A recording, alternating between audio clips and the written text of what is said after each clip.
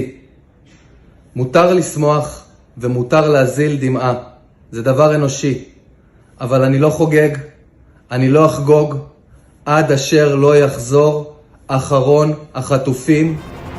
योनी कार्ड्स का यही जज्बा, यही भावनाएं और यहूदियों के लिए यही सोच अकेले एक इजरायली नागरिक की नहीं है।